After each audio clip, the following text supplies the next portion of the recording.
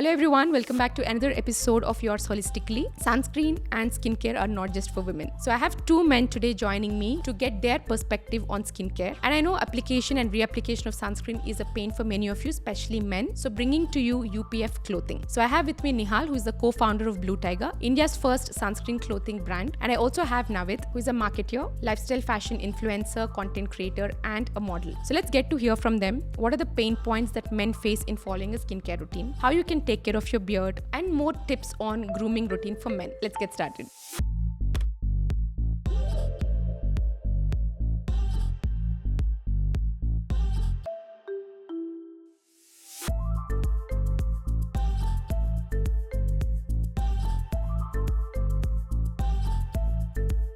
So welcome Nihal and Naveed. I'm so happy to have the both of you here. So Nihal, your entrepreneurial journey and being the co-founder of India's first wearable sunscreen brand, Blue Tyga, is very inspiring and something to look out for me being a dermatologist. Okay. And Naveed, you juggle many roles. You are a marketer, lifestyle content creator, and a model yourself. Yep.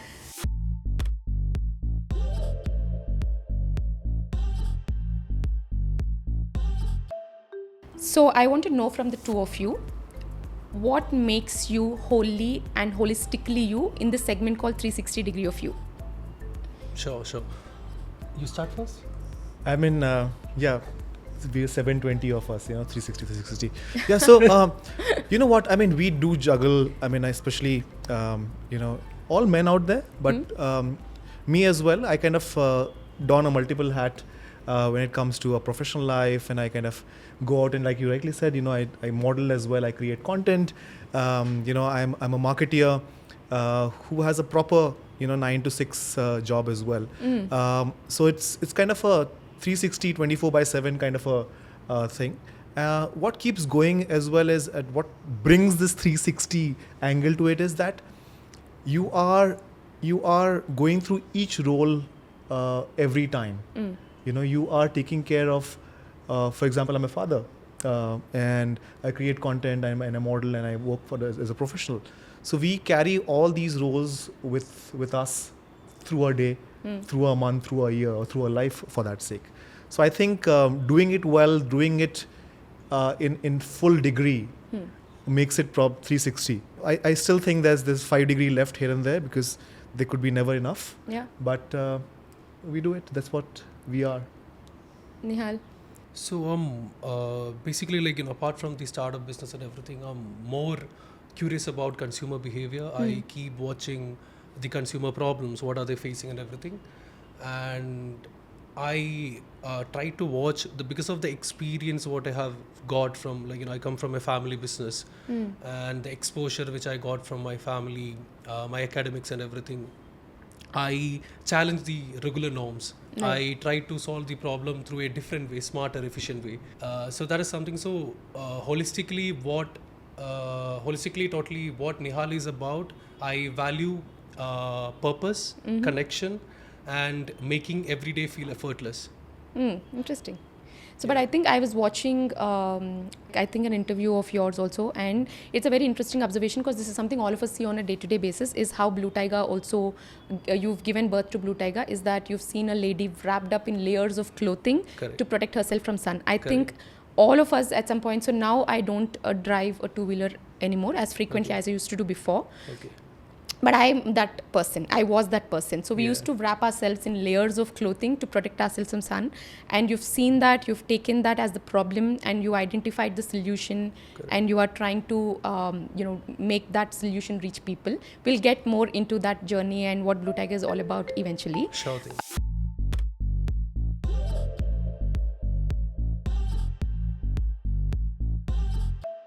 So what is a daily habit or a ritual you do to keep yourself grounded and calm? Grounded and calm. The kind of things that I do, which is like a job and then there's a content creation and a part of madness of it as well. Yeah. And then being the model where you need to look the best in front of the camera without any the previous day or thought coming in your mind. You have to be in a particular character. So I think the coolness and the calmness is the center of it. And I realized it after some painful initial experiences where I was really struggling, to switch through these roles. And what I do to ground myself is, I think if I start it nicely, calmly and coolly, I think the day goes well. So I figured this out, that start is everything. If you for example, when I say start, I make sure, even if it's for 10 minutes, I do this meditation, wake up, feel my breath, thank that I'm alive, gratitude to whatever I'm doing, good, whatever is happening to me, good, bad, because I'm alive, that's the biggest gratitude. Sometimes it becomes even more difficult. I go for guided meditation. I switch on a YouTube and go for a guided one as well. So I think that's the mind is everything. I calm my mind, then of course the usual run that happens where the thoughts collect together. Right. And then I go about working, and I know that rest of the day is going to be chaotic, at least the first part of my... But you're setting the tone to the day. Setting the tone where things are in your control. Yeah. Set the tone there and kind of carries on after that. And manifestation is a big thing for me. If I manifest my day good and in control, it usually goes that way. And also now, so we all know that when we wake up, you set the tone for the day. But of late, I'm starting to realize, also after talking to a lot of people on the podcast, that you set the tone for the day the previous night. The way you sleep, the quality of your sleep actually sets the tone for the next day. So I'm giving more and more importance to the nighttime routine, because your next day is going to be dependent on your previous day's sleep. You wake up, you sleep less, and you wake up with less sleep, you're cranky, the whole day is sort of distorted. But if you are rested well, you can also meditate better, I feel, if you're rested well with much more calmer mind. So setting the tone at night for the next day is very, very important. Absolutely. Priyanka, totally agree with you. And I think I was reading this book, Atomic Habits, and I think everyone must read that book, no matter what. It should actually be part of the school curriculum. So I think this habit of getting up early and being one with yourself in the morning, and then probably going for a jog and planning the day, gives me a better sleep a night earlier, because I know that I'm going to wake up and set the tone. So it's like a chain reaction. Correct. If I get disorganized in the morning, it would start troubling me from the night, and the sleep is not happening. Yes. So absolutely. I think it's those habits that you put it in auto. That kind of. Has a cascading effect. Absolutely. It's a simple thing, right? Yes. Like getting enough sleep. Like we know that, we keep trying for that. So recently what I have started doing is at least twice or thrice a week, I get more than regular sleep, like at least 8 hours a day. So which actually boosted my productivity and the energy, which is something simple. But when I tried doing that, it gave me more energy. Are you tracking your sleep? Do you use any devices to track your sleep or habits? Not very often, but I try to do the best with my smartwatch. Okay. But I felt the difference. If I sleep for 5 hours, 8 hours a day, I could feel the energy difference next day. Absolutely agree. I mean, there's such amazing thing that started during pandemic. Is the afternoon nap as well. Yeah. And it's very difficult. I got rid of it finally because I have to be in the office and all that. But that was really a power nap. I think. I think we take the sleepings. We underestimate the power of sleeping, and when we go after supplements and all that, I think the sleep is the amazing supplement that you can actually take whenever you want. So.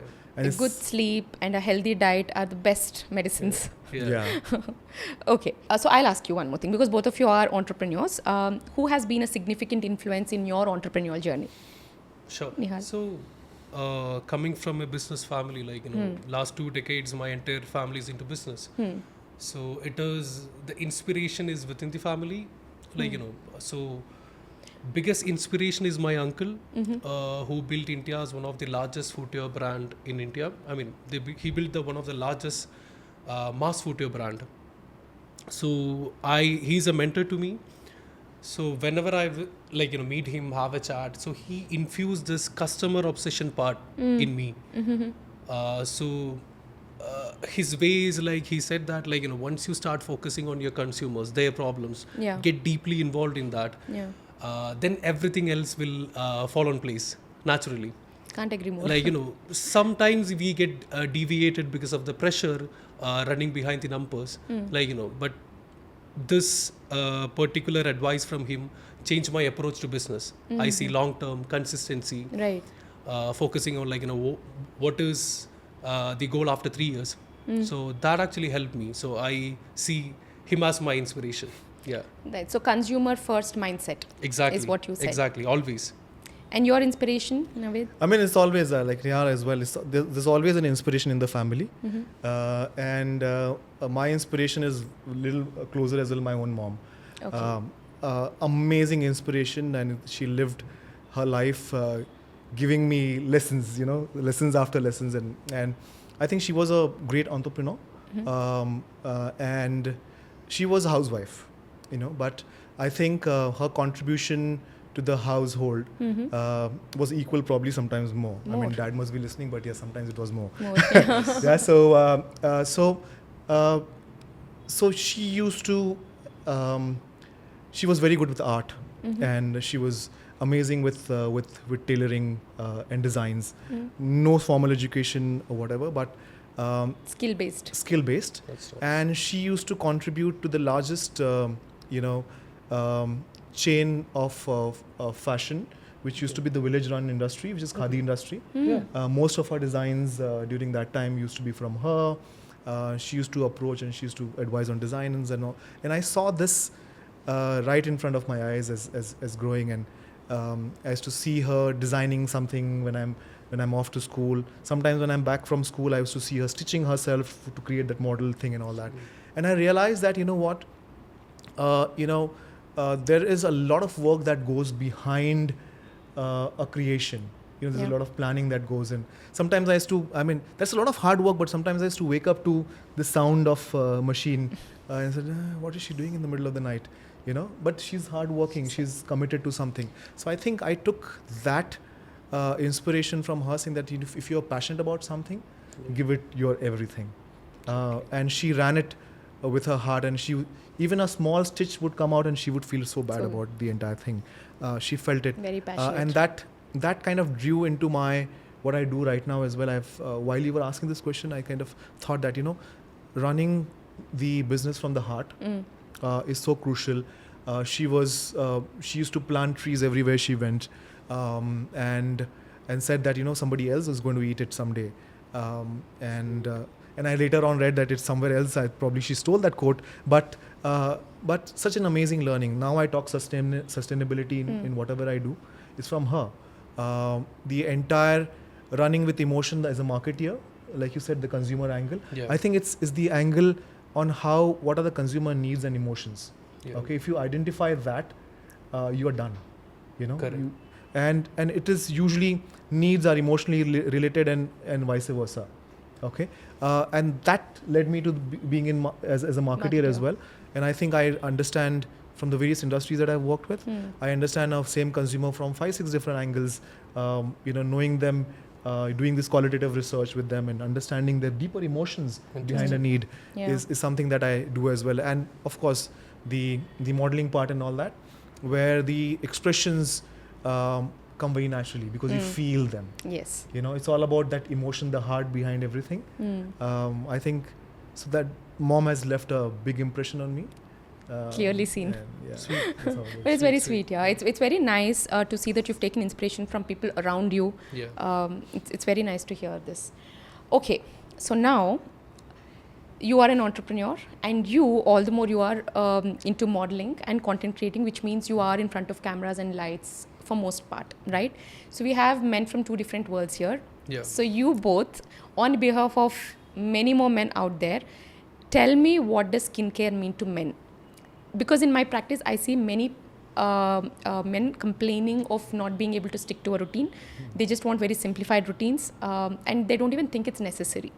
So what is your take on men's skincare? My take on men's skincare was stealing my sister's cosmetics.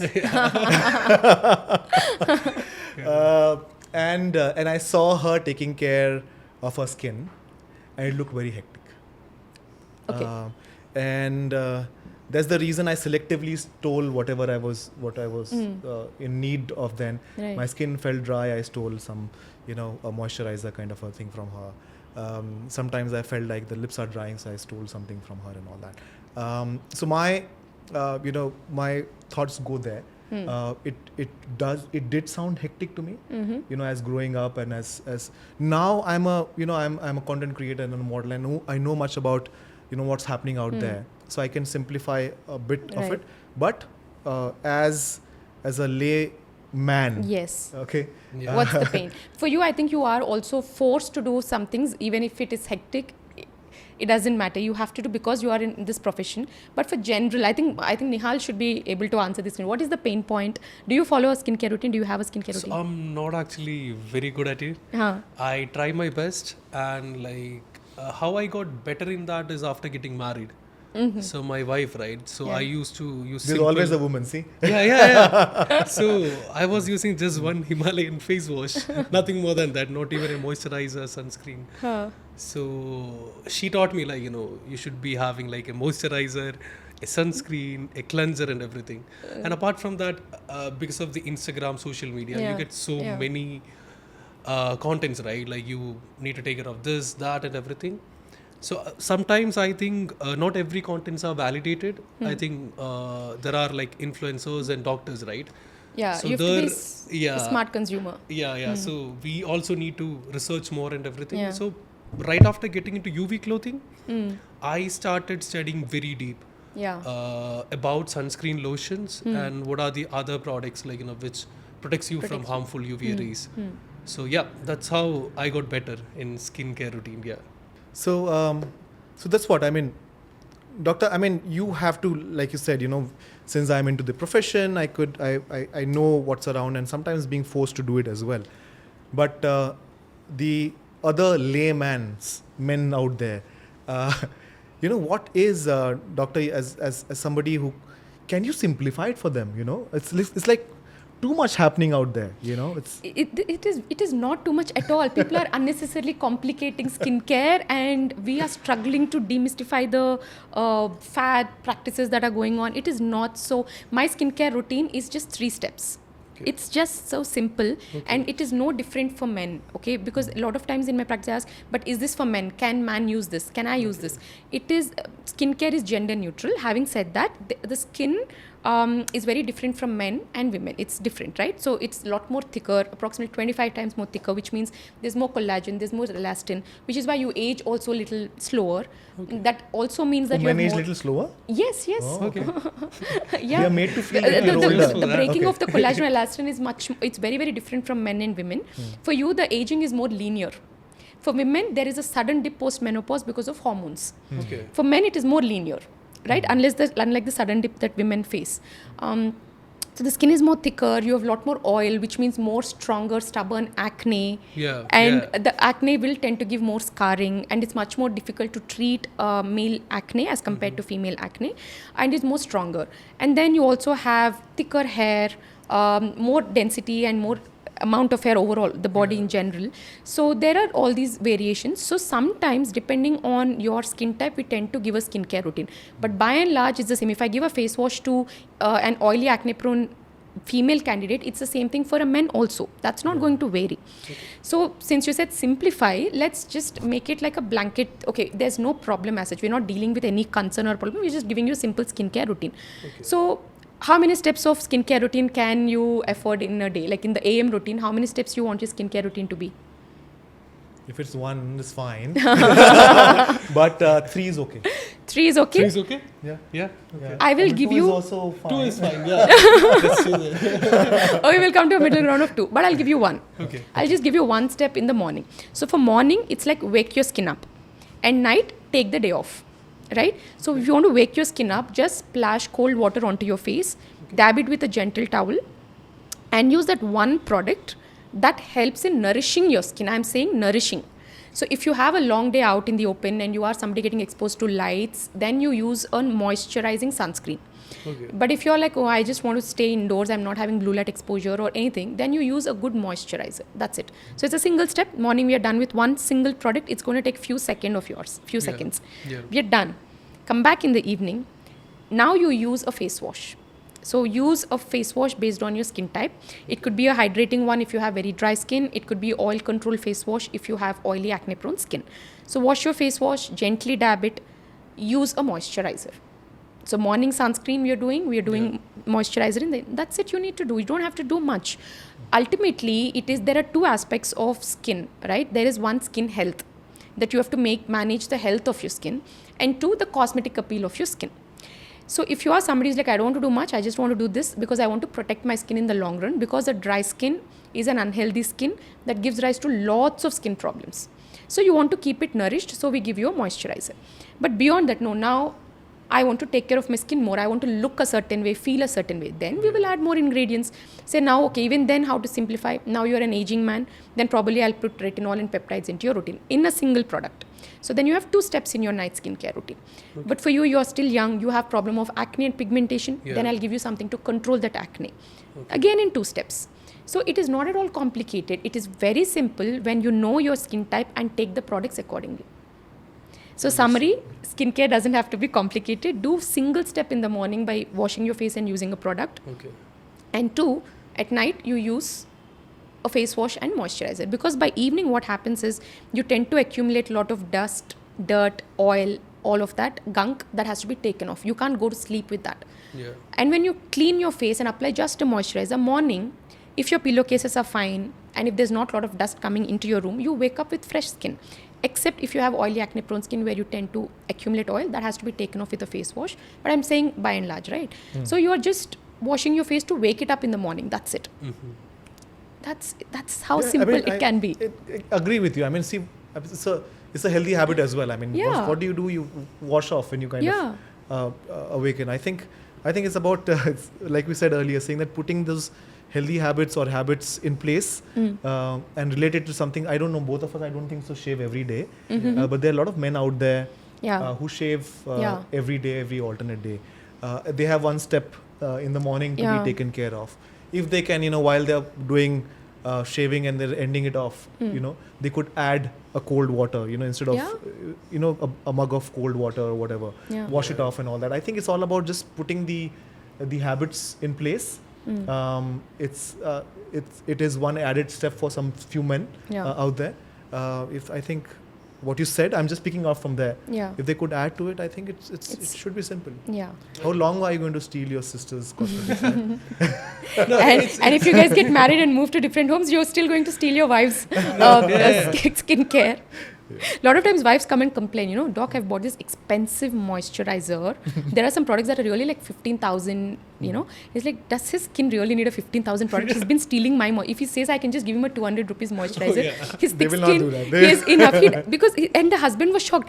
What? Is that product 15,000? Why did you tell me? I will never touch that again.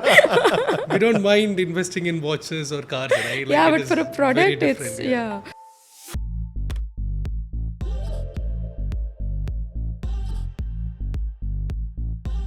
So that brings me to the question, do you guys use sunscreens regularly? Yeah, so after getting to know more about the sun protection and everything, so during my college days, when I was doing my first job and everything, I wasn't aware about this particular problem. Right.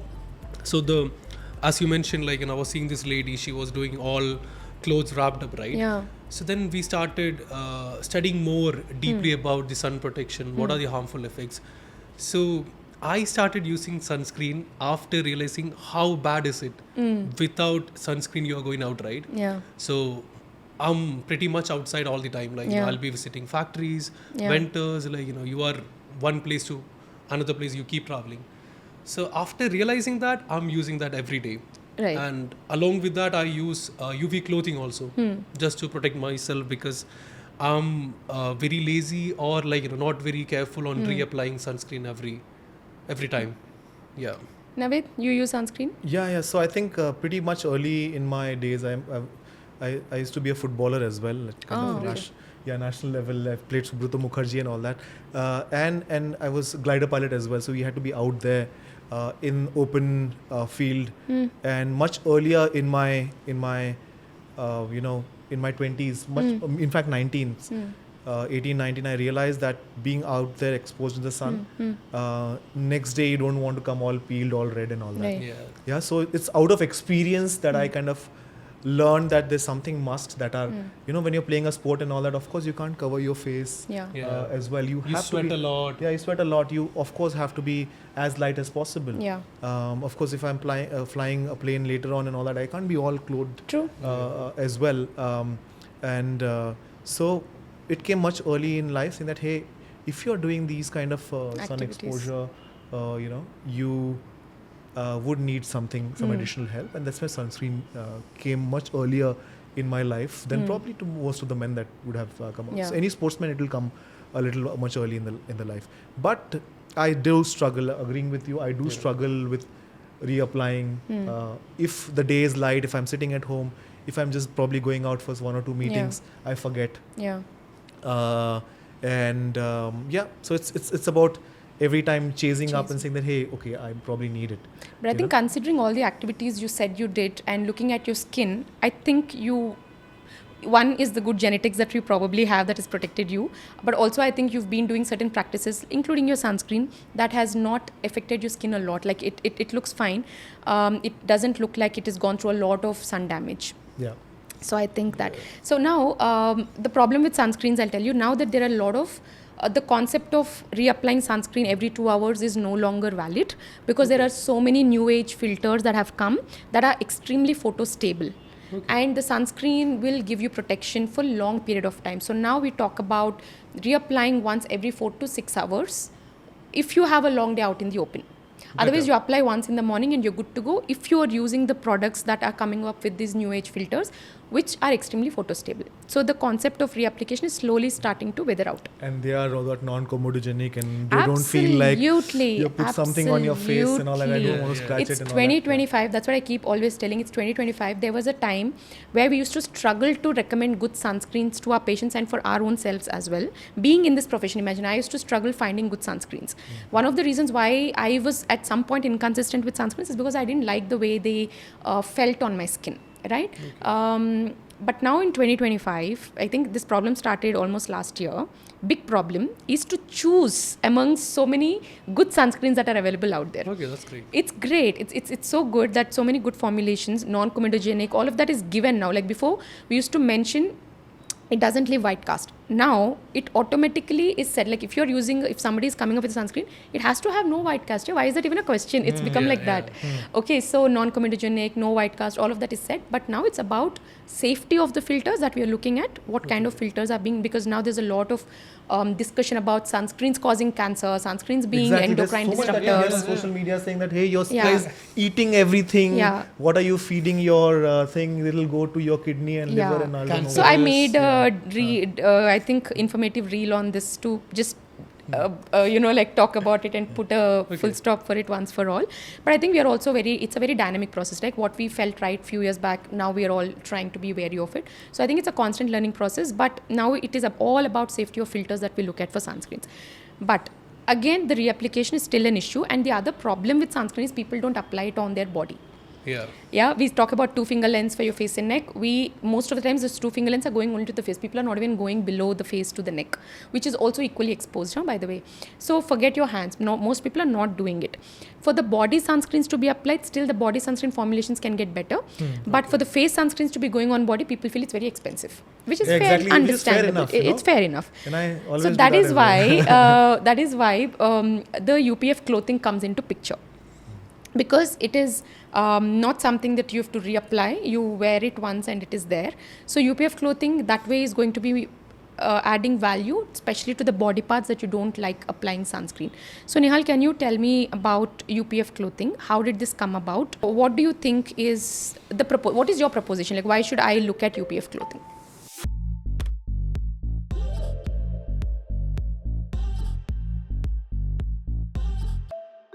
So UPF clothing, right? So UPF clothing is something new to India. So it isn't something new to the world. So countries like Australia, New Zealand, some part of US, it is quite popular, right? So when we paid attention to that, after seeing this problem, UPF clothing was only made for elite runners, athletes, hikers, even for like leisure fishing and everything. Yeah, because I was living in US for a brief period, so we Okay. used to go on hikes. So when Yeah. I went first I came across I know as a dermatologist the concept of UPF clothing is there, but I came across the section which read section for hikers, and Yeah. I saw the UPF clothing under that section. Correct. So obviously I picked it up because we were going on a lot of hikes, but like you rightly said, UPF clothing was very segmental. Correct, Yeah. correct. So it was limited to these elite athletes and hikers, Yeah. right? So what we have seen is like we are equally getting exposed to Yeah. sun as they are, right? Like Yeah. when they go for hike or golfing. So we thought like why cannot we make something for India, for Indian lifestyle, Indian it should be more flexible for Indian weather. So we started thinking about democratizing UPF clothing. Right. So that's how we started Sunscreen jacket. So UPF as a factor, the functionality, it was already there. It wasn't something Yes. new we discovered, Yes. right? So what we did is changed our perspective, aligned this for everyday purpose. I think that's entrepreneurship, right? It's Yeah. not like creating new solutions or creating new problem, and it is about how you repackage and push the existing ones. I think Correct, that's what you're doing. Aligning Yeah, aligning yeah. the particular product Yeah. to the what problem is What there problem? in market. Correct. Yeah. So one particular thing, if you have noticed, if you take like so-called global brands of UV clothing, Yeah. it was made for their country's weather, right? New Zealand or Australia. So in India, if I wear the same UPF clothing, it's going to be very hard. The humidity, the weather, and we have more than, I think in South, we have more than 4-5 months of summer, right? Yeah. Yeah, that So was it on is- my mind when you were saying, so India is different. Yeah. It is very different. So we took a separate approach. We actually Indianized UV clothing. Okay. So think about if a thick UV jacket, a woven fabric, where there is no breathability. Yeah. You're gonna sweat a lot, right? You're gonna not So- wear it. Yeah, again. yeah. It's You gonna use be it for very hard. weight reduction, sauna kind Yeah. of. Sauna kind. Yeah. Imagine getting baked in a hot weather. Yeah. That's how it is. Actually, I'll tell you, like that's been happening. Yeah. So when we were seeing outside, Yeah. people are wearing thick jackets like hoodie, leather jackets, like full sleeve sweatshirt Yeah. for sun protection, Yeah. which wasn't designed for UV protection. Right. And they were sweating like a lot inside. Yeah. So one thing we were so sure that we want to Indianize it. It should be breathable. Right. Two things are polarized things, right? Breathability and UV protection. So that is something we struggled initially to crack, but later on, like after months, we somehow figured it out. Okay. So UV clothing for India, which is breathable, which should be very easy to get in, get off, and go out. And plus, even if it is that much breathable, considering the weather, you're gonna sweat. So a good moisture management is mandate. Yeah. Because let's say if you go for a ride, it's gonna last like at least 2-3 hours, right? Yeah. So And hike much more. yeah, much more. Yeah. So we made sure that moisture management, a very good moisture management, and odor control is there Yeah. for a perfect day out. Like we need to enjoy the summers, right? Because I have seen a lot of people saying like I don't go out during summers. Absolutely. I mean, Yeah. such a delightful, weather it is, Yeah. to enjoy summer, be out there and all that. And we just scared that, it's going to harm us if we sit inside. Right? Which It's pain is somewhere. completely different in Western countries. When it is summer there, they are out, Yeah. right? Every damn time they are out. So here I have heard that a lot. So we wanted to make everyday life convenient through this UPF protection clothing. Yeah. So when you said UPF clothing was for elite hikers and like certain segment of people, I feel that people, for example, like delivery boys, Yeah. policemen Yeah. who are standing on the streets have much more prolonged UV exposure as Correct. compared to certain people who have fixed number of exposure once in a while. It's very different, but these are like long hours of daily exposure. So these are the guys who should be wearing UPF clothing, because imagine they're standing under the sun, sweating a lot, Yeah. and they cannot, how much of water resistant sunscreen can they put on their body? Yeah. I can understand for face is still doable, but for body, I think UPF clothing is something that everybody, all these professionals should be wearing who have prolonged exposure to sun. So okay, now when I thought of this, so when we were discussing and while in the US when I was wearing the UPF clothing also, you've already sort of discussed the problems. For me, it is about breathability. Yeah. Like, why do you wear UPF clothing is when you're going and exposing to sun, which means it is hot. So when I put on this jacket, I was sweating. But I refused to take it out because I didn't want to get tanned. Yeah. Okay. So it was not a very convenient experience. So you're saying that the fabric here is very breathable. Correct. But help me understand this. So in my understanding, what is UPF clothing is, it is made up of a certain fabric that naturally has UPF protection as compared to others. For example, like you have skin-friendly fabrics like cotton, linen, which do not offer. I think these have the least UPF rating, right? Correct. If I'm not wrong, I think around 4 or 5 is their UPF rating. Am I right? It Please correct varies me. from fabric thickness, GSM. And the kind of weave and all of that. If the weave is thicker, it is different. Yeah. So these fabrics will not offer, which are skin-friendly ones are not offering the protection. It is the polyester fabric that offers. So in my understanding, it has benzene rings that are similar to the ones found in sunscreen, which is offering protection, if I'm not wrong. So actually, like, the common misunderstanding is like, whatever which looks sporty, people think it as functional. Yes. Yeah, right? Yeah. So apart from cotton, linen, there are like, synthetic fabrics like polyester, nylons. So not all of them are not functional. Right. All of them are not UPF 50 also. Right. It varies, right? So here what we have done is like it is designed, engineered for this particular purpose. So UPF 50 is the highest rating which you can get, right? Like as per the American standard, UPF 50 is the highest. It says 50 plus, but I think 50 is plus. the it is the standard, It right? is the Like standard, it depends on Japanese standard is there, American Yes. standard is there. So 50 is the highest. Then you have 30, which is good. Then you have 20, 15 as such. So here the thing is like you need the best protection, right? You need the best, whatever is the highest. So we say UPF 50 plus, which blocks 98% of UVA, UVB rays. So UPF 15, my understanding is it blocks 1/50th of the exposure, right? Yeah. If you consider the part and everything. Yeah. So actually the thing is that is achieved by a combination of the yarn which you are using and the fabric treatment. Right. So the specially treated fabrics products are out there which won't last. The UPF 50 won't last forever. It can be limited to 10-15 washes. Yeah, I was going to ask that. Yeah. So, but we'll go step by step because I am very intrigued and I want to know how this is done also, right?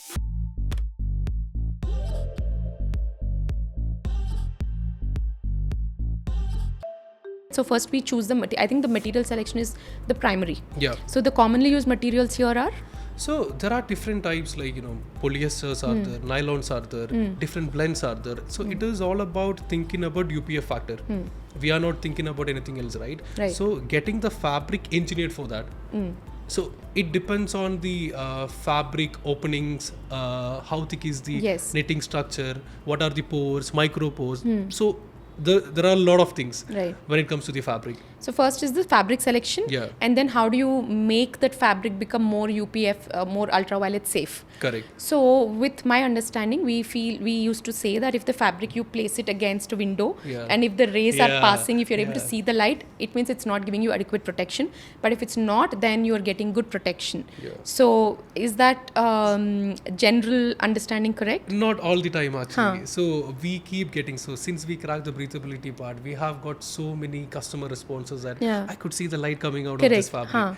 So actually that is something which is more important, right? So if you go with a thick fabric, dense weave, obviously you're going to get UPF 50. Right. But that is something which you cannot use, right? So breathability becomes an issue. Blending all together, the breathability part and UPF 50. So not all fabrics which passes light are not UPF 50. So it depends, right? So there are so many fabrics, different types, different knits, different tech within the yarn, fabric. So it is very subjective. Okay. So you could pass one particular fabric UPF 50, the another one won't pass, even if it is like, the same knit. Yeah, same knit. It depends on the tech of what exact fabric or knitting structure or yarn you use. Okay. So we spoke about the material and we are sort of speaking about the technology that is being used here. So can you tell me what technology will make now I have a fabric, we are making it very dense knit, as dense knit as possible while keeping it breathable. So what is the procedure that this fabric has to go through, or the technology that you've adapted to make it a better UPF, to give a better UPF rating to this, while making it still breathable? So for better longevity, for durability of UPF factor, we infuse the tech within the yarn, which will stay for much longer period. And for for easy ops and everything, for because of certain difficulties, certain UPF finishes are done on the fabric surface, which will last up to 10-15 washes. Right. That is UPF 50. It can get UPF 30 or 40 after that. Yeah. So we go with the combination of both for better instant results plus longevity. Right. Yeah. Understood. So, so when you say we do it within the fabric, are you mixing some ingredients to make it? Yeah. So certain things like titanium dioxide. Yes. That's what I wanted. Yeah. So it is very much. So we need to understand what should be applied to certain fabrics. It depends upon the base, right? If you apply the same thing to every fabric, it won't work. It won't work. Correct. It is not accordingly. Yeah. So titanium dioxide is one thing which we infuse to yarn stage or fabric stage for the better protection. And there are so many global popular brands who provide these kind of dyes, finishes and everything which we can utilize. It is not just for apparels or clothing. It can be used for curtains. It can be used for certain furnitures. Right. Yeah. So it can be used for anything. It isn't just for this thing, right? So it is a combination, and along with that, moisture management, order control. We'll get to that. Because I want you to give a step-by-step breakdown of how this is done. Yeah. So we have the fabric. You're doing some chemical treatments to it that has safe ingredients that are woven into the knitting that will offer a long-lasting protection. Correct. And most UPF clothing, in my understanding, after a couple of washes, the UPF rating keeps coming down, which is why we say you can use it as a regular jacket, but of course it's not comfortable. But if you are somebody who has into a lot of hiking or outdoor activities, you have to keep buying your UPF jacket once every 2 to 3 years at least, is what I used to recommend. Correct. But with Blue Tyga, you're saying because it is woven very intrinsically, it can last longer. Yeah. Is there a way we can measure the UPF rating of clothing? So actually what we do is we do test each and every batch of our fabrics in internationally recognized labs like Techno Geek, then Intertech. So we get the fabric testing done rigorously every batch, because it is not something which will be stable for a while. Since this is getting manufactured in knitting stages, dyeing is done, so many finishes are done, right? Yeah. So we do check each and every batch. And one thing you need to notice is it varies when it is stretched, the fabric is stretched, the UPF rating will vary. Varies, correct. When it is wet, the UPF rating will vary. It brings it down significantly. Correct. So we need to test in each and every stages and understand, and we need to let the customer know what are the ratings in each stages. In each stage, correct. Yeah. So testing is UPF 50 plus is excellent sun protection. Close to 40 is good sun protection. Then you have 20s. So not every, just like what we do, our majority of our products it stays forever at least. We could say 40 washes. That is the highest test what we have done. Okay. The lasting, but not all products are tested for that many washes. Yeah, that many washes. Yeah, no, my question was can I test? So if I buy the clothing and if I know that this is UPF 50 now, after a few washes, is there a way to measure this at home? Is there an instrument that we can check? Right now it is not very household now. So in future, I like that part. I'll take this as a feedback thing, and maybe it's something to work around. We'll work on that, if there is something. Because now we have UV mirrors wherein we can see the coverage of sunscreen on the faces, right? Yes. So we know whether there are no missed spots, we've covered the entire area or not. So similarly for UPF clothing, it would be great for us to know if my jacket is actually offering the protection it says it is offering. That is a good suggestion. Yeah. I'll work on that. Wonderful. You can work with doctor together. Together. Tested. I need more with, insights after. I think there is a new business Dr. that is Priyanka. being built here. Something can happen. Yeah. Okay. So before I drill you more into understanding the UPF clothing, because I'm more intrigued at this point, I want to quickly ask Naveed, do you have experience with UPF clothing? Not really. Not really. So see, this is the thing, no? Because there is not enough awareness of this problem. So you have two roles here. One is to create awareness and then probably sell the product. So there are two challenges to make people aware that this is a solution for the problem. I think problem everybody is aware of. Yeah. That people are not aware of the UPF clothing as a solution. Correct. I feel.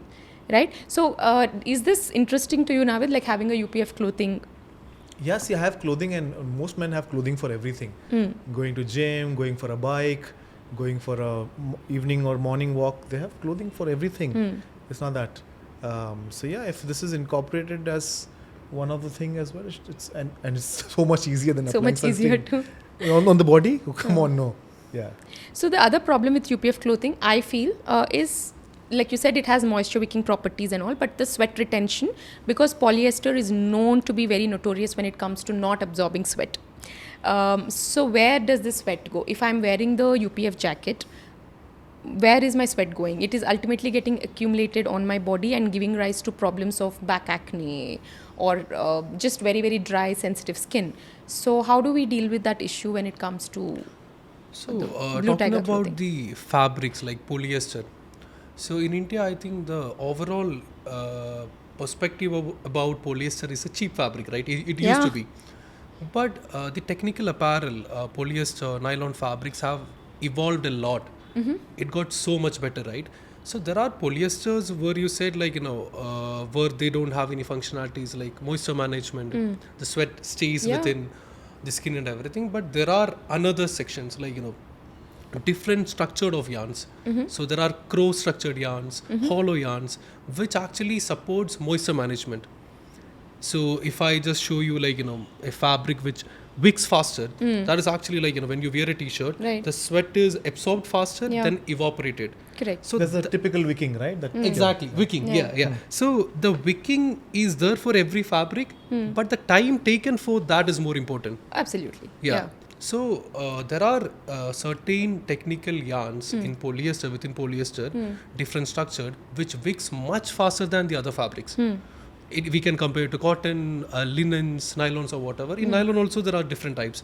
So the moisture management, when you wear a highly wicking fabric, it absorbs faster, evaporates much faster. So the wicking rate we call, wicking speed, Right. which is very important for us. Okay. And along with that, we add certain additional features also to get the advanced moisture management, which is actually a very big problem in South, especially because of the humidity. We sweat a lot. Personally, I sweat a lot. So Okay. I could feel the difference. So it is not just a t-shirt, from your undergarments to the socks you wear. Yeah. The moisture management is very much Very, very important. important. Yeah. So it has good moisture wicking properties. is Yeah, for what you're sure. saying. We made that as a mandate. Yeah, and then any other technology that will also help fight the odor, because once if moisture wicking property is very high, then I think odor is also sort of a little bit of it is addressed there itself. Yeah. But are there any other properties that will make a fabric be odor friendly, if I can put it that way? Yeah. So odor control is very much important, Yeah, right? yeah, so yeah. right now the socks I'm wearing, like Yeah. I have a very sweaty feet. Like it's a problem, right? Whenever, Yeah, yeah, wherever yeah. you go. So odor control is a primary functionality for us. So odor control, how it works is it's a combination of this wicking and the tech or the finish we do for killing the odor causing bacteria. Right. So the tech what we use is zinc. So the zinc based tech what we use, it inhibits the growth of odor causing bacteria. Yeah. So that is what, so the combination of moisture wicking, which is much faster, and this zinc technology which actually controls the odor. So it is not always 100% odor control, Obviously. which we need to It mention. can't, yeah. So that is, so we have UPF Clothing that is offering a protection of UPF 50, and that has a long lasting effect even after up to 40 washes as of now tested. Yeah. And then that has great moisture wicking properties and a little bit of odor control. Correct. It sounds like a dream fabric for my outdoor a day out in the open. Yeah. So I'm very excited to try this, because the last I tried, I didn't have a very good experience, like I told you, because it was not absorbing the sweat, and Yeah. after like 30 minutes to 1 hour into the hike, I just wanted to get it off. Yeah. So I just want to try this and see how skin Please try and friendly let this me is. know, validate like whatever I have told you. Yeah. And I think I think it's also a very dynamic process. Like you take the customer's feedback and you constantly keep evolving. And That's the best part. I'm not saying like we have made this product like within certain period. yeah. It took months and years for us to improvise. So as a brand, we are directly talking to the customers, right? We are not selling through distributors. Right. We are selling in our own website. So we take our customer feedback Back. super serious. Yeah. Constructive feedback's even more serious. I think So- that's the best way to build and grow also. Yeah. Yeah. So we can keep making the best solutions for them, right? Absolutely. So I make sure that I talk to at least 4 or 5 customers every week, Yeah. and 3 will be negative feedbacks. So I can make it better. I can make better products. I think how much ever you do with this segment that you've chosen, the UPF clothing, I think there is always going to be a negative feedback because we just want our clothing to be extremely skin friendly and we want it to be as multifunctional as possible. Yeah. So I want to wear the same jacket to the hike and I should be able to wear that after I come down. I want to go to have a nice breakfast. That jacket should be all in one for me.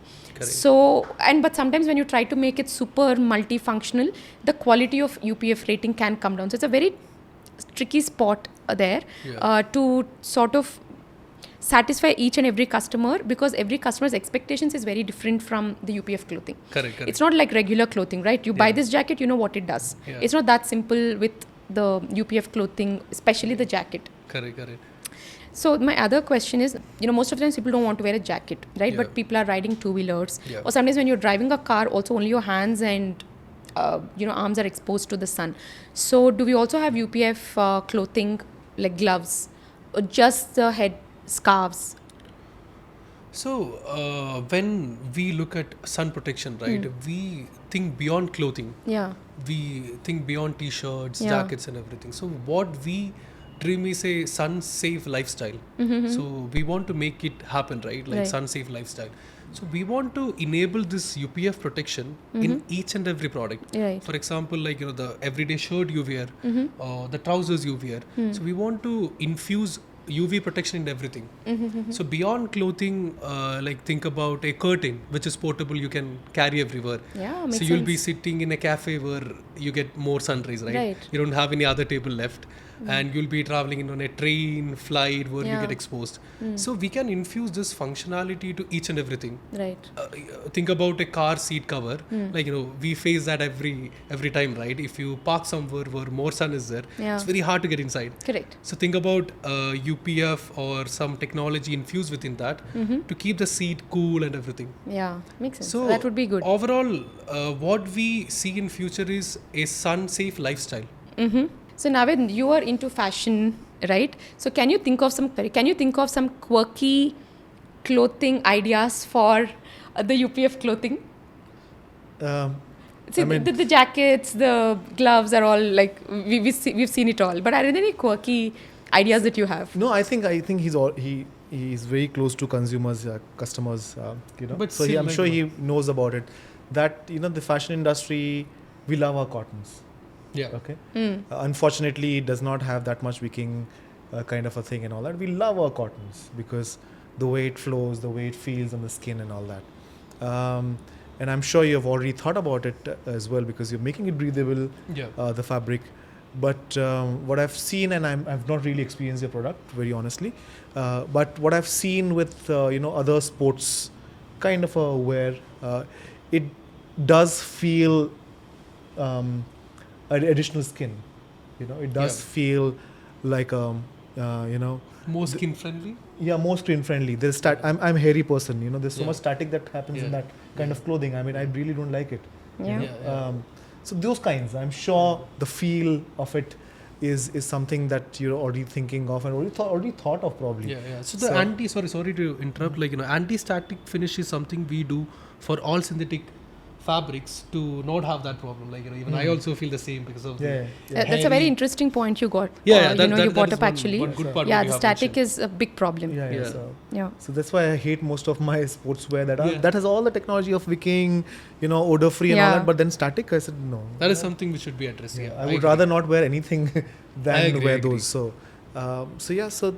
basic. Of course, it feels, and I talked about it somewhere as well, saying that why should any kind of functional clothing be boring as well?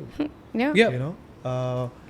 They bring some style element and fashion element in that as well. Why do you want to keep it boring? Correct.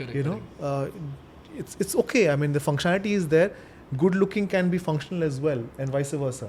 Correct. So I do agree. We get a lot of such comments from customers. So this lady who was going out for a beach vacation, So she was asking us a nice gown which has UPF 50 protection. I was just going to say, Yeah. my quirky suggestion would be not a gown, but I mean, gown is also wonderful. But I think people, when they wear bikini, they want to take a dip, come back. It's a process, right? Correct, it's not like they're always in the water.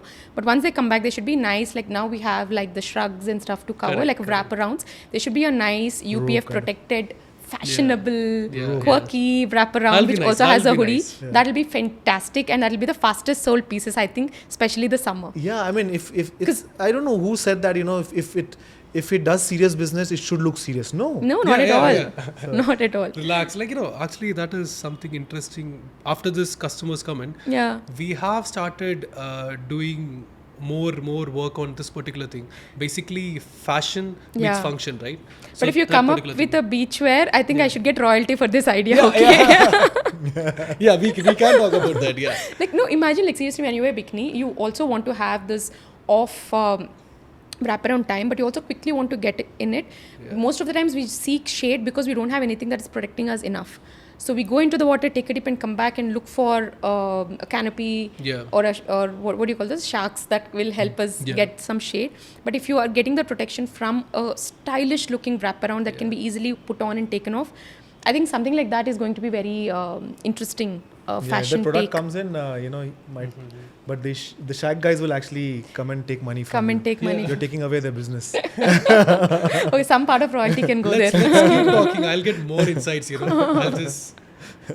Okay, so now getting back to men's skincare. Sorry, we digressed a lot with the UPF clothing, but I think that we have to discuss, I have to ask you about two important topics here. One is the beard. And two is the post. I was wondering why beard didn't come in so far. No, with you I have to get it because you carry such bold beards all the time, and I think you're one of the perfect people to talk about beard care in conjuncture with the dermat steak, right? Yes. And then the other thing we want to talk about is gym care in men, right? So you grow, I mean, both of you are growing your beards. I've known you only recently, Nihal, but him I know from quite some time, and I've always seen him with this thick. I think this is very less compared to what he used to grow. Yeah, very less. Very less, Yeah, very robust beard he Yeah, grows, yeah. and very well maintained. That's the most important part, because I've seen a lot of men growing beard come to me with a lot of infections. So quickly tell me your tips on how you maintain your beard.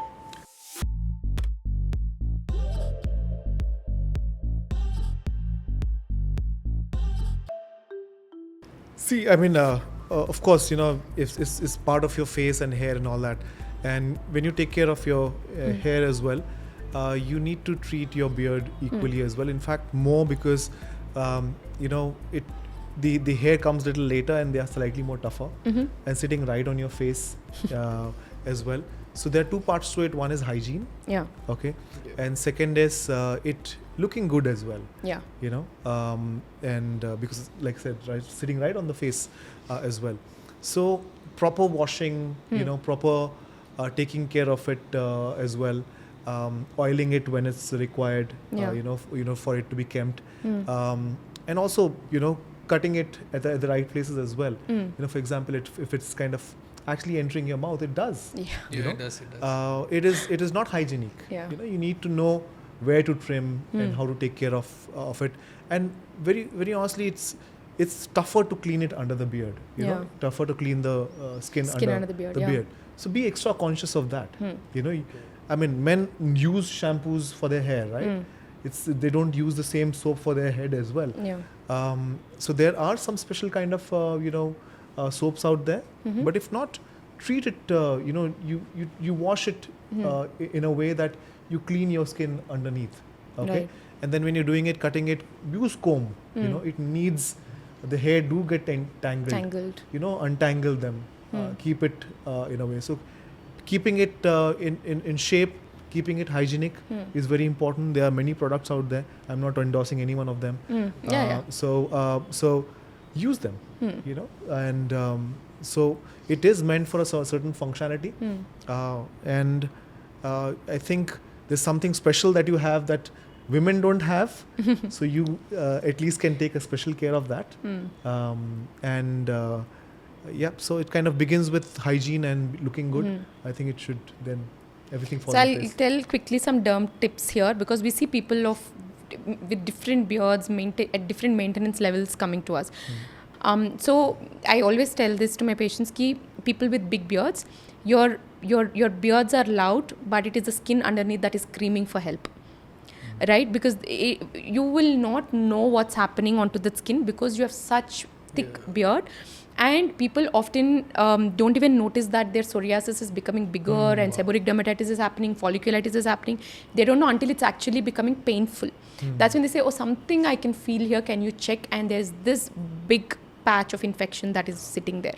So it is actually that bad when the beard hair can't be maintained. So simple steps is one, like how you said, wash your scalp with a shampoo. Similarly, wash your beard also with the same shampoo or your face wash, whatever works depending on your skin type and the hair type also. Use it like once in a week, at least you shampoo it, and every day when you wash your face, thoroughly wash the beard area as well and gently dab it. Like make sure that the beard is dry enough. And whatever product you are applying, I know it's difficult to go under the beard and onto the skin, but at least a little bit try and apply it onto the skin under the beard as well. Once in a while, like again, the grooming tips, I think men better know of it. So you oil, you comb, you tame it and all of that. But I'm talking purely about the skin health point of view. So you keep it clean, and once in a while, if you are leaving your beard for many months, feel the skin underneath. Are you feeling rough, dry skin? Are you feeling any bumps? Because when you catch an infection early on, it becomes easy for us to manage it. So there were times where these guys were growing beard for like 9 months, 10 months, because they had a beard goal. And they had to shave it off overnight because they had a lot of infection going around and they could not reach that goal that they were trying to do it for. So it can get that bad because they had multiple folliculitis going on and we had to shave that beard off. So don't take it so far. So always keep checking the skin underneath to make sure that the skin is healthy. And whenever, a lot of times again, the beard oils or the beard wax is the most occlusive ingredients that you can leave on. So when you're doing beard oils or the wax application, it is very thick molecules, right? That is clogging your pores. And you're not taking it off properly. And that is causing suffocation and causing those acne or the folliculitis in that area. So keep your beard very clean. And very simple things like this also sometimes have to be told. That when you eat food, there could be a little bit of food that spills over. When you're washing your mouth, please wash your beard as well and make sure nothing gets stuck. You have to actually go to that level to explain beard care. You have to. Because sometimes it's real. I told you I've seen specks of food particles in the beard. Yes, I mean, I have to say as well, it's a gravity is falling down. It's okay, it's food okay, does fall down but you or have whatever. to keep it clean. So please, I mean, you don't have eyes to see it's falling down. So please be careful, just wash it off. Just wash it off, just feel it. And also the beard, again, the advantage of beard is that it's protecting your skin. So whenever you grow a beard and you shave it off after a long time and you see your skin is so good. I've done that once and I think that, that beard does protect. Is a natural UV protector and all that. Think about this fabric, I can contribute some. We can knit the hairs and everything. Okay, wonderful. So the other issue for men, most commonly asked questions is, how do I take care of my body when I start working out? Because most of the times when guys, anybody for that matter, both men and women, when they start working out, they tend to see the developing back acne, increased folliculitis or infections on the scalp area. So what is your post? Do you work out, Nihal, regularly? Not very regularly. Okay. But since you are working out regularly, I would like to ask you this. What is your post-gym care?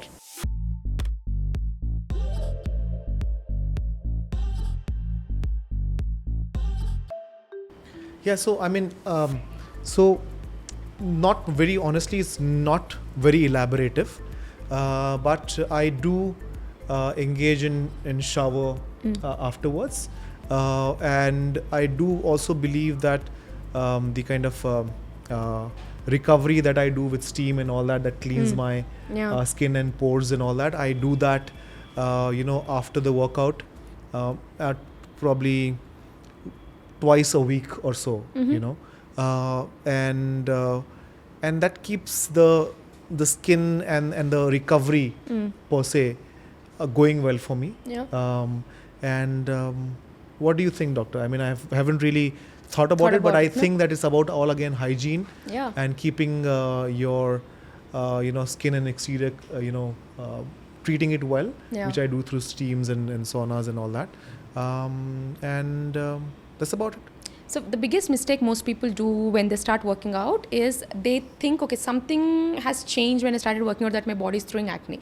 But the biggest culprit is what they do immediately after the workout. Okay. Most people after workout, they go home, relax, have their protein shake, or just they're looking at their gadgets. And after 30 minutes, 40 minutes, or whatever time it is, they go to take shower. The first thing you should be doing after you work out is straight hit the shower. So in that time, you are letting your body, the sweat, that dust, the dirt, and how much of dust that settles, it's very underestimated in the gym. Everything that you're touching is loaded with dust, and somebody else's sweat is also there on that bench that you are doing your bench presses on, unless you're cleaning it. But anyway, long story short is that there's a lot of sweat, dust, and oil that can get accumulated and clog the pores. And usually on the back area, because there's more friction, it tends to cause more back acne. The sweat is sitting on your scalp, you're not washing it off, because everybody now is scared that, okay, if I take head bath every day, I'm going to lose more hair. The most silliest myth you can believe. Your everyday scalp washes is not going to cause more hair fall. But on the contrary, if you let all that sweat sit on your scalp, it's going to cause scalp buildup and ruin the health of your scalp and thereby your hair. So you have to make sure that immediately after workout, the first thing you do is to hit the bathroom, take a shower. And if it's not possible to take head bath every day, it's okay, but at least every alternate day. If you're working out every day, make sure at least every alternate day you have to take head bath.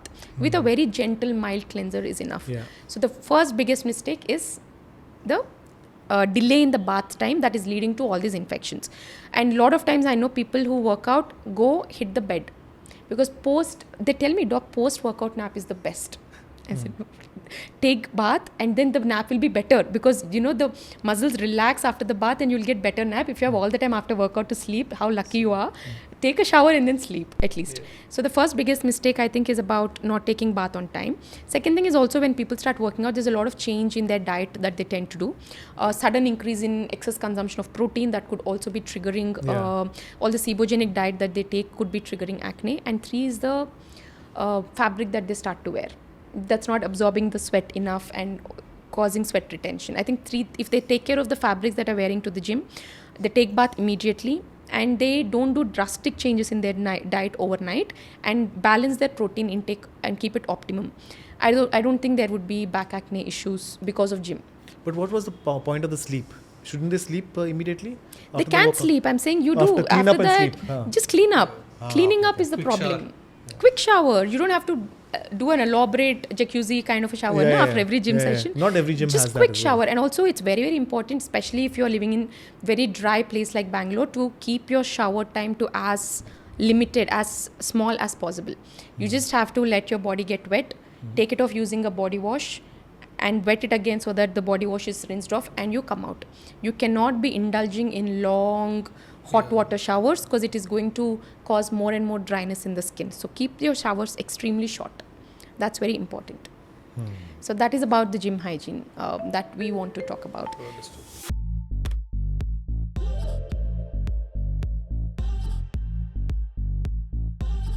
I mean, doctor, one thing that I want to really ask you, what is this about men's scalp and dandruff? I mean, we just don't go. I don't know. I mean, I face it as well. Yeah, we all do. Yeah. So, but I've seen men face it. I don't know if they say that much or if they talk that much about dandruff, or they really get more than women.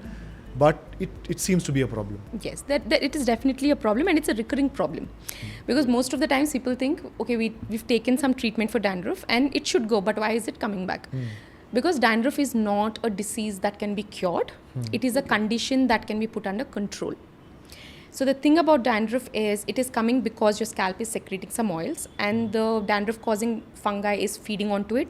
It is releasing some oil, and that is leading to that itchy feeling and that smell, the distinct smell that comes with the sebum or the dandruff, right? So this is an ongoing process, like how you get acne. Acne is also like a cousin of dandruff. It's the similar problem, okay, but a little different bacteria, different fungus involved, but the root problem is the same. Their ancestral roots are the same, but it's like cousins, right?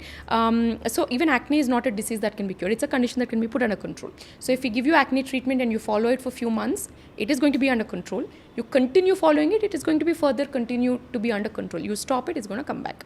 Because there's no way to completely evacuate the oil from these oil wells, the sebum, I mean. Okay, so your dandruff is going to be recurring, which is why you need to maintain it on a day-to-day basis. So again, like anything, hygiene is the primary important step. So you take head bath once in a week, twice in a week, or every day. It depends on your scalp type. Like if your oil, if you are somebody who is having a lot of oil production and you're working out every day, please take head bath every day. Otherwise, keep it to 2 to 3 times in a week, right? So you use shampoos that are little gentle for everyday use, that have anti-dandruff properties for once a week or once to 10 days. So this is something called as a shampoo cycling that I call. We give about 3 shampoos to individuals having dandruff problem, depending on the severity, and we ask them to cycle these shampoos and we give a protocol.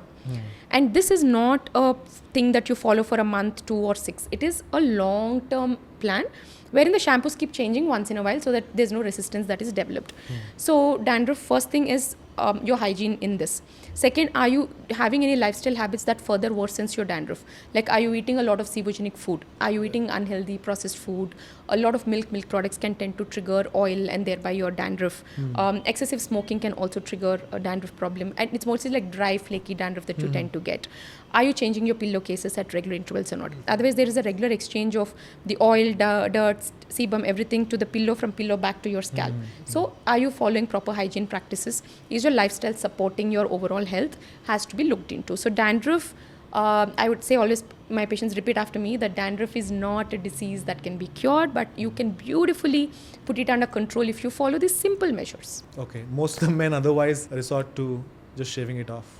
Yeah, sometimes we ask them to shave. That's not with dandruff. There is, again, there's a spectrum of this problem. Having like oily sebum, smelly scalp, then you have a little bit of dandruff, then there is seborrheic dermatitis, and there's other flaking like psoriasis, which also has autoimmune. So it's a complete spectrum. So when there is the last 2 conditions like seborrheic dermatitis or psoriasis are very, very thick, then we request the patients to shave the scalp because the products can penetrate better. Otherwise, it's like you're wearing a raincoat and standing under rain. You wouldn't get wet, right? So when there's so much of scalp build up and you're trying to put a product on top of it, it is not going to penetrate. So, and then on top of that, hair. So we say, please shave your scalp so that the product penetrates deeper into the skin, and then it's going to help you. Are these stages or these are different? Not necessary stages. Psoriasis can be like overnight you can wake up with a psoriatic patch if you are genetically inclined and your autoimmunity is playing a role. But severity wise, this is the spectrum that I tell my patients that, okay, you have an oily scalp, you don't take care of it, it's warning you that, okay, your scalp is getting oily. That means it starts to stink and you start to feel a little itchy. You're not paying attention, you're not washing it, then you will definitely develop dandruff. So this is a progression, but seborrheic dermatitis and psoriasis are individual entities that can come, but it's all in the same spectrum. The causative factor is pretty much the same till SD. Yeah, so that's about dandruff. Bad news that you can't cure it, but also good news that there are so many amazing products and lifestyle changes that you can adapt to put it under control. You don't have to suffer with dandruff for sure. Okay, so now some fun questions and rapid fire. We'll combine this. Okay.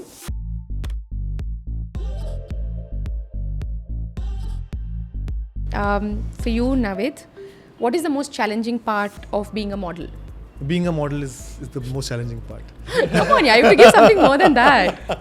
Maintaining yourself. Is it maintaining your good looks? Is it maintaining a schedule?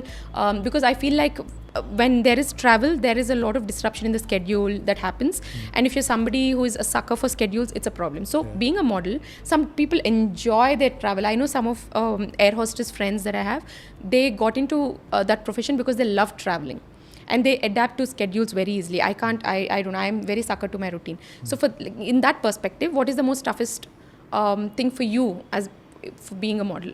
Yeah, again, the schedule and the maintenance is the toughest one. If you want to be model for 2-3 years, you can just go crazy with your schedule and all that. Yeah. But if you want to be a model long term, which I have been for 10 plus years now, from a junior model to a senior model now, you need to. That's the most difficult part, to maintain your schedule and discipline.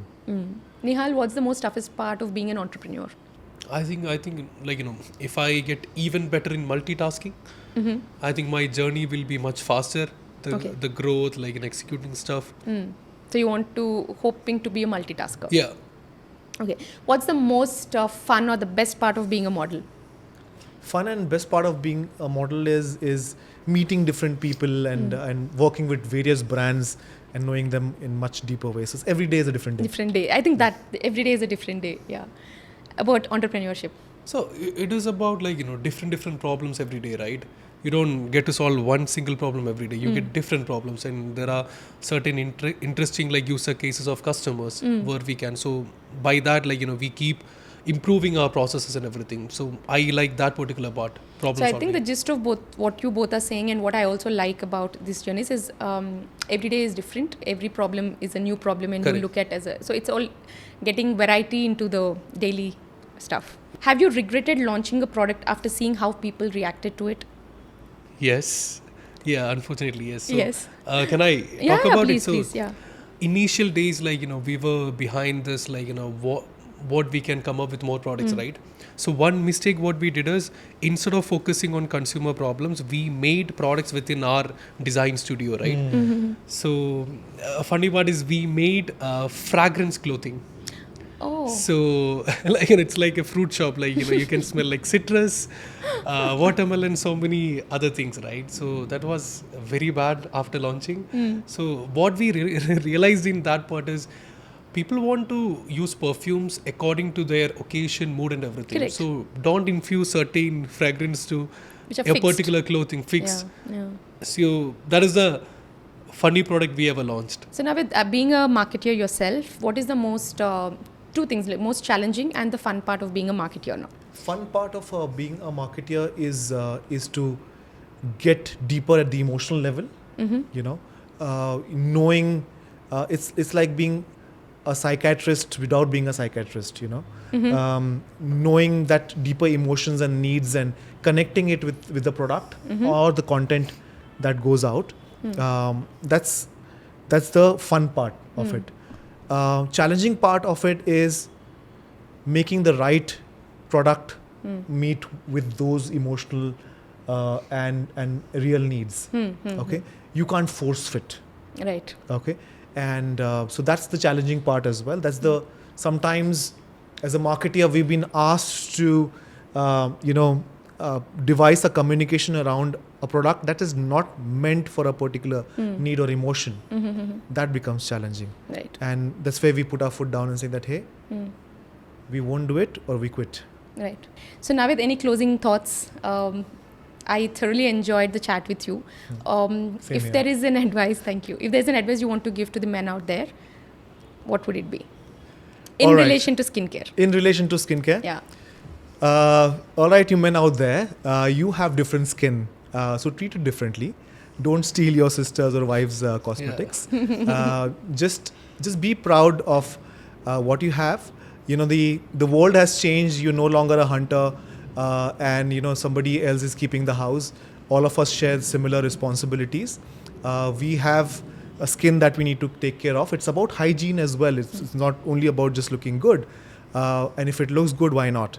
So guys, please take care of your skin and go out there with confidence. Don't be underconfident because of that scar or because of that pimple or because of the itch that you're feeling. Give it your best and best will come back to you. So this, when you say scar, I have one interesting perspective to share. So a lot of times when we look at a scar, especially being in my profession, we see that is something to be fixed, right? And most of the times patients also come to us saying, oh doc, I have a lot of scars, I need to get this fixed. But something with men is like when we look, there are a lot of times men come and say, they come for some other concern, and then eventually we talk, and once we build the rapport, we say, okay, but you have the scars. No, but I want to leave this on, it makes me look more manly. Oh. Yeah, there are times when men say that also. So I think it's all about perspective also. Whatever makes them feel confident is something that is the best for them. Yeah, absolutely. So every scar or every mole or every pigmentation doesn't have to be addressed. And that is what I tell women in practice also, that I'm saying women specifically because this happens more with women. So a lot of times they come and say, but my husband is asking me to take care of this. My mother-in-law is saying this. My friend is saying this. So they're getting treatments done based on what other people are asking them to do or their perspective. But for them, when they look at themselves in the mirror, that's not even a problem for them. Yeah. So sometimes it is about educating them and making them realize that what they feel good or the beauty standards are very different from one to the other. So when you look in the mirror and if you want to fix it is when you fix it. Otherwise there is no reason you should be Absolutely. fixing anything. Do it for yourself. Yes. Do it for yourself. Yes. I have a scar right here and I keep it. Yeah. A lot of advices were there. Why don't you fix it and all that? I just keep it. It's a story. Yeah. It's a story. It's a that story, I and get. if For it's another making you podcast, confident, I think whatever makes you confident, I think should be on. All right. Yeah. So, Doc, we get so many questions from our customers regarding sun protection. Yeah. So, we are thinking about live advices about sun protection to our customers also, on demand. Right. So, can you please let me know how relevant is sun protection? I know it is a generic question, Yeah. but still, if you can repeat. See, you're being very modest in asking me this because you've also done your enough research on, the sun damage and why it is important for us to all be protecting our skin from the sun. But also it is sometimes, I think in Indian setting, it's a little, we don't have to be extremely cautious all the time because we have a natural protection in the form of melanin. So we are not Yes. really worried about cancer here. So when we as dermatologists stress about sun protection, of course, the cumulative damage will cause to like DNA damage and can lead to cancers. But being in Indian scenario as compared to like Australians, and we are not at a higher risk of melanomas or skin cancers, right? Okay. But still, why should we protect? Why are we so scared about the sun rays, right? So for us, it's mostly about tanning. Nobody wants to have tan. Yeah. In Indian Yeah. scenario, tanning is the bigger problem. Correct. Although it shouldn't be, because tan is a temporary phenomenon. So when we talk about sun protection, we are looking at ultraviolet rays from different wavelengths. So we're talking about UVA, UVB, UVC, which the ozone layer protects us from, but we are ruining our own ozone layer and probably putting ourselves at a higher risk of UVC penetration as well in the near future. It's not too far off. So UVA, we just want to say that A is for aging. Okay. So it penetrates the deepest to your dermal depth. It is the one that is breaking your collagen, elastin, and it is the rays that is causing aging effects like fine lines to begin with, and then deep set wrinkles. When you look at a face, you can easily tell the life they lived. Yeah. Looking at their lines, looking at their wrinkles, whether the person was happy person, outdoor person, angry person. You can say everything when we look at the face, right? So the UVA is causing your aging effects, and then you have UVB that is causing the burn. B is for burn. Burns Or tanning, burns and tanning, because it doesn't penetrate as deep as UVA, but it penetrates to the layers where it can cause the melanin triggering and leading to tanning. Okay. And burns. And then you have UVC, which penetrates more superficially, leading up to burns.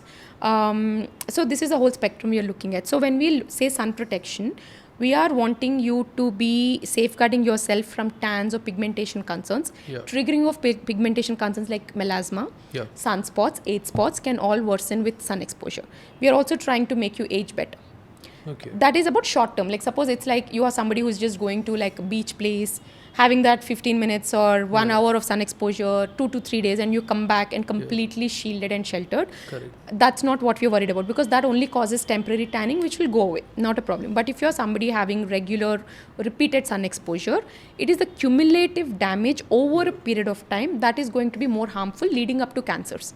Because this UVA is also not just causing aging, it is also causing oxidative stress. It is releasing reactive ROC, like we say.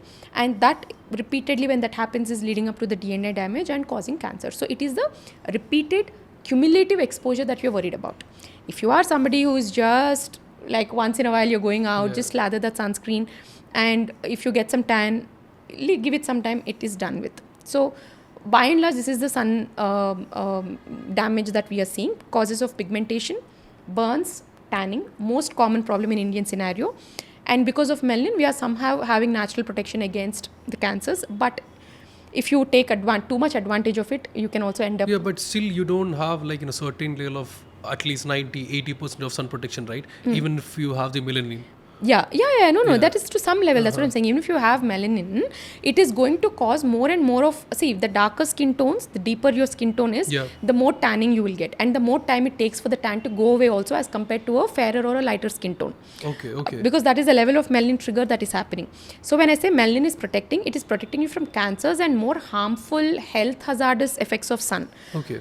but it is still giving you the effects that you don't want. That is the tan. For us, the main problem is pigmentation. As Indians, especially South Indians, pigmentation is our concern. We don't want to have pigmentation at all. Okay. So that is why we are trying to say you need to protect yourself from the sun exposure, no matter what you do. Even if you are wearing Blue Tyga's UPF clothing, or you're applying the best sunscreen possible and applying it repeatedly, whatever you do, you're not getting 100% sun protection if you're going and like standing out in the open under the sun. You are still going to get some amount of tanning. You are still going to have early onset of aging if you have repeated exposure. Understood. So we cannot cancel the chances of skin damage or everything if I have a darker skin tone, right? Like it won't completely protect basically.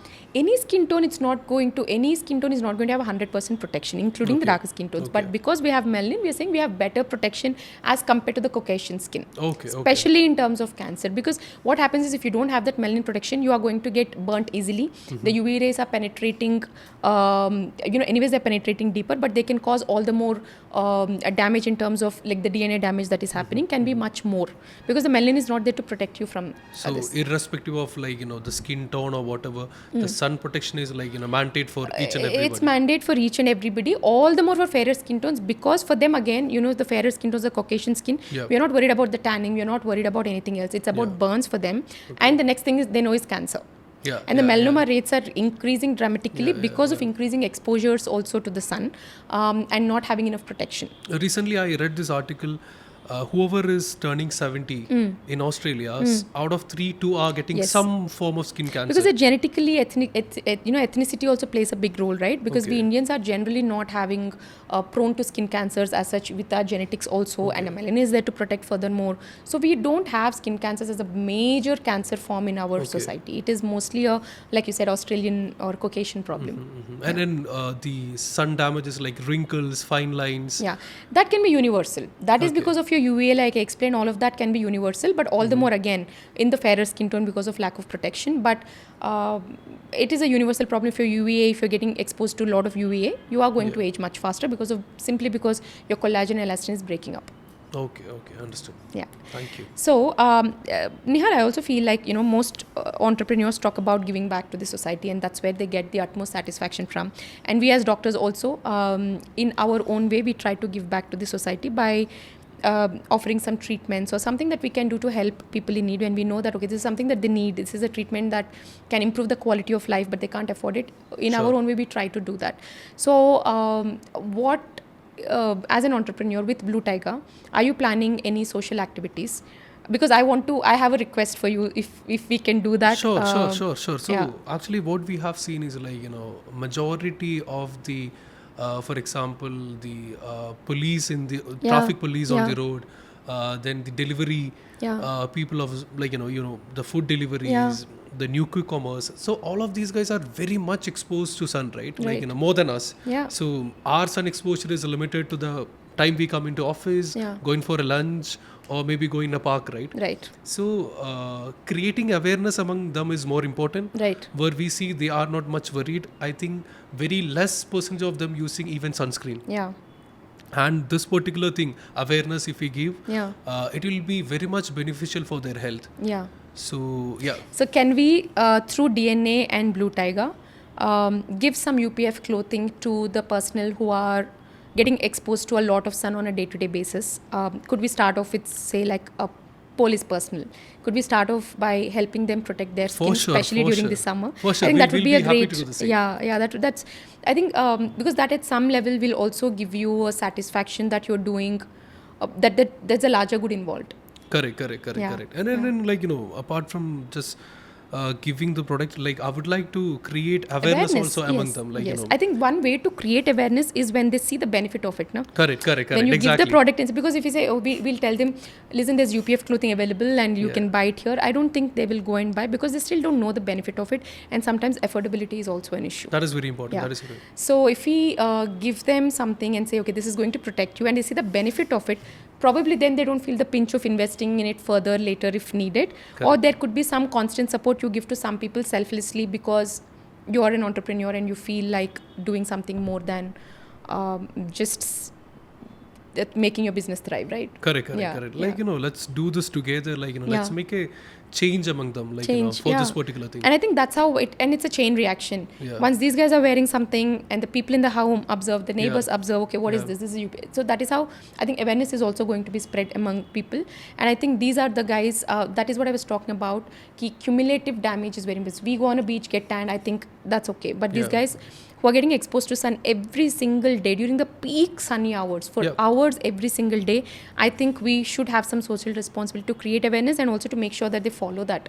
Yeah, also. I heard Yeah. there, like, peak delivery times are the lunch time. Like, Yeah, one of the So, peak. Yeah. where we actually don't go out from 12 to 2. Yeah, not Yeah. much. Yeah. That's right. Yeah. That was a great conversation. Any closing statements from you? Thank you so much for having me here. It was a very interesting conversation. Yeah. Looking forward to have more conversation regarding the same. So I also get so many insights. One thing why Blue Tyga exists is to solve everyday discomforts in life. Yeah. So we observe what are the problems. Like, apart from faction or basic utilities, we focus on functionalities. Right. So any such issues we overcome, right? So UPF Clothing is something where we want to make an impact in people's lives. Like, I want everybody to enjoy the sun Yeah. without damaging their skin. Absolutely. So I think that is everyone's dream, right? yeah. So we will keep working on this and create a sun-safe lifestyle. That's wonderful. That's I think, and especially in Indian scenario, I think that would be very well appreciated if you are able to make UPF clothing functional and Yeah. stylish. Correct. That is something we should work on. We Like, should also, strive to the achieve. fashion meets the function. Yes, Yeah. absolutely. So yeah, thank you so much. Thank you so much. So that was the episode, guys. I hope it was interesting and useful to all of you. Do hit the like button and please subscribe to the channel if this has helped you, as it motivates us to bring more such episodes to all of you. And do comment below if there is a particular guest you want us to bring on to this podcast, and we shall make it happen for you. Until the next episode, yours holistically, Dr. Priyanka Reddy.